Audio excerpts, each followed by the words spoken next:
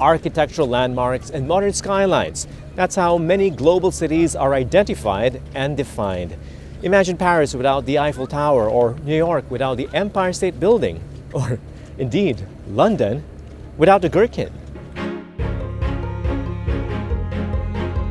In this special promotional episode in cooperation with the Estate Makati, a new high-rise residential project designed by the world-renowned architecture firm Foster & Partners, we take a closer look at the role buildings have on the well-being of societies and how the new generation of sustainable structures like the Estate Makati on Ayala Avenue promise to redefine residential living in the city.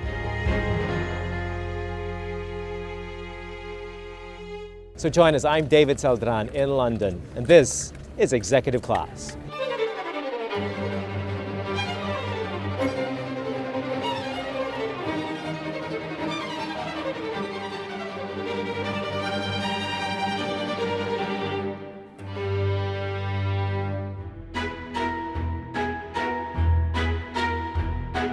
Think of all the great cities you've ever visited or seen on film. They could be ancient like Jerusalem, Rome, and Istanbul, or modern like Hong Kong, Shanghai, and Tokyo, or like Paris and London, a hybrid of both classic and contemporary architectural marvels.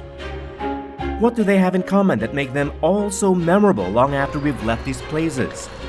Many things, of course: the sounds, the flavors, the smells, and indeed, they're awe-inspiring skylines more than anything else. It's a reason why so many make such an effort to find a perfect spot overlooking the city for that once-in-a-lifetime selfie. Our recent visit to London, England's capital, reminds us how the urban landscape can lift one's spirits. London is a city where the skyline is constantly evolving, reshaping, where new and old landmarks stand shoulder to shoulder on the banks of the Thames River. Not since Christopher Wren, after the Great Fire of London, has an architect altered the skyline of London as dramatically as Sir Norman Foster has. And I'm here at the Foster & Partners headquarters in London to meet the people behind some of the most iconic and sustainable structures in the world. If the name sounds familiar, that's because the firm is behind the world's most recognizable silhouettes on the planet: the HSBC Tower in Hong Kong, the Commerzbank building in Frankfurt, the Apple Park in Cupertino, the reconstructed Reichstag in Berlin, just to name a few. The firm, founded by the UK's legendary architect, has designed and developed projects all over the world, including the soon-to-rise the Estate Makati, a residential tower which ought to reshape the skyline of Ayala Avenue. And currently in an advanced stage of construction, the complex that will house next year's Dubai Expo 2020. But the firm's impact is perhaps most vividly felt in London, their home city, where iconic structures like the Gherkin, the Millennium Bridge, the new City Hall, the Bloomberg office, and 36 other projects ranging from museums, universities, shops, and public squares have not only altered the urban landscape, but have enhanced the commercial, civic, and private life of Londoners as well. I think everything that we've done here has been focused on the location where it is, and obviously in the nature and the program for the buildings. This context-driven and sustainable approach to design has allowed Foster & Partners to build what's needed by stakeholders today and those in the future, rather than what's merely monumental or trendy at the moment. What is the role of landmarks, of monuments in a cityscape, whether these are, traditional structures or glass and steel structures or modern buildings such as yours? I think it's very hard to set out and say we're going to design a landmark. We don't do that. We tend to work with what we have as a program. As how much area can we use? How can we configure the space? What is it doing? Is it residential or is it office space? And work with clients who have strong opinions, and also all the regulatory authorities that we need to go through. And gradually things get molded and become a shape. And there's a word called iconic that we don't particularly like here. Okay, why office, not? Because it tends to imply something which can just be a shape for the sake of it. And I think that a building, if it does become truly iconic, has to operate on many, many different levels. It has to be participant in the life of the city. It has to obviously work very well for its use and intentions. And it's something that really that word should really only come to a building after a few years, because it can be built. It's got to prove itself in the world. And we always say we design our buildings now, but they live in the future. So they should be judged in the future and not straight away. Well, let's judge the Gherkin then, the Swiss Re. Yeah. Would that qualify as iconic? Yeah, I think it's a project that grew out of the particular circumstances of its location. Its shape took a long time to form. It's not an arbitrary line. Mm-hmm. It's trying to look at an awful lot to reduce the sort of shadow fall on adjoining buildings. It's a shape that it is to actually really allow us to control air movement and wind, because there's a public space at the bottom, and the tip towards the top also does that. We discovered a long while ago that changing the section of a building or the elevation of a building actually can reduce the amount of steel that you use or concrete to hold it up. So all of that is built into the nature of that shape. We always say it took 40 years to do that, because I think we were about 40 years in practice before that project came. So it's not something that is an arbitrary decision to go ahead with, and it's proved to be very flexible. People have moved in and out. It's gone through numerous owners, it seems fit for purpose. The Gherkin, also known as Swiss Re, and 30 St. Mary Axe set the stage for the green buildings of the future, with an iconic shape like a gherkin, formed out of the need for the efficient use of space and energy. It's a similar blueprint for yet another iconic structure across the river from the Gherkin. Form follows function, or in the case of London City Hall, function creates an onion. There's a reason for its unusual shape, and it has nothing to do with attracting attention. The new City Hall in Southwark, south of the Thames, is another Foster & Partners creation intended for better energy performance. With each floor designed to be slightly offset from the one below it, the unusual bulb-shaped structure maximizes shade and minimizes areas exposed to direct sunlight. One of the things that we are trying to do all over the world is actually be much more responsive to climate, and try and explain to people quite often what their climate is like and what the benefits and things are. If you can work in harmony with that, and this building is trying to do that, you can reduce your demand. If you have a lot of daylight, you don't necessarily need the artificial lights on all the time. If you have small windows and hardly any daylight, then that's a problem.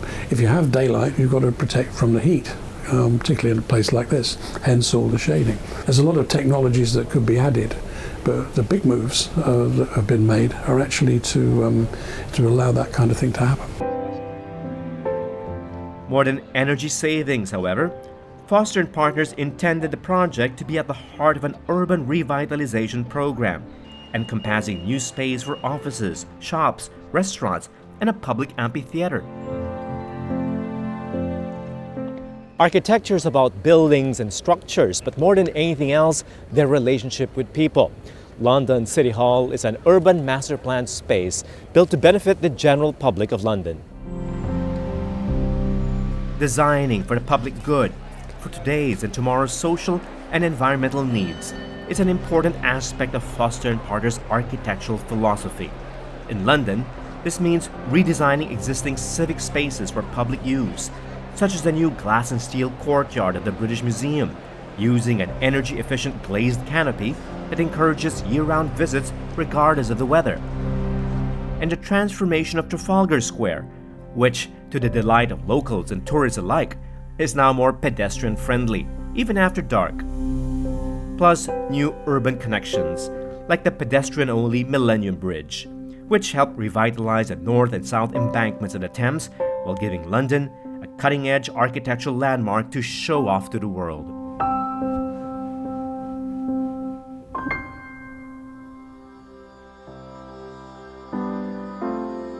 And though Foster & Partners also designs private establishments, they've found creative ways to integrate both public and private spheres, commercial and civic interests, Take the groundbreaking design of the London headquarters of Bloomberg. And even when a space is completely enclosed for private use, as any luxury hotel should be, an uber-cool restoration masterpiece such as the Me London can still help restore some lost glamour to a neighborhood like the West End and benefit the community there. An iconic building is much more than just about a recognizable and unique silhouette or external structure. It's about creating an equally special and uplifting interior space as well. And Foster & Partners has achieved that with the Me Hotel in London. This Foster & Partners designed hotel gives you an idea of the firm's approach to exclusive private spaces like residential apartments. A seamless hierarchy of experiences and arrangements from public to private, from the lobby at street level to the private terraces and roof gardens at the top of the building. And always, as with any Foster & Partners design anywhere in the world, including the upcoming The Estate in Makati, a building that's unmistakably unique.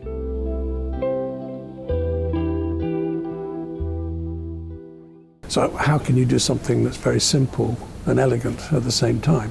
And doing simple things usually takes a lot of hard work. So it's a product of a process that we go through each time.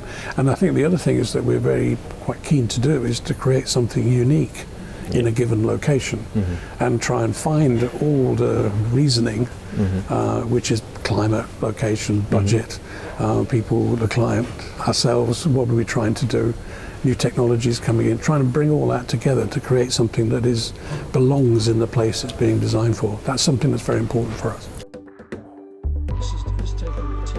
When our special promotional feature on The Estate Makati by Foster & Partners continues, we take a virtual tour of the global firm's first project in the Philippines.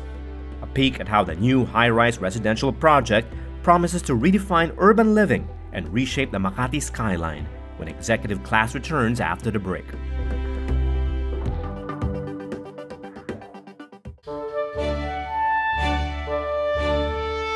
No doubt, Filipinos at home and around the world are known for their hospitality, which is why Dusit International chose the Philippines as a site of its first integrated school and hotel system in the region.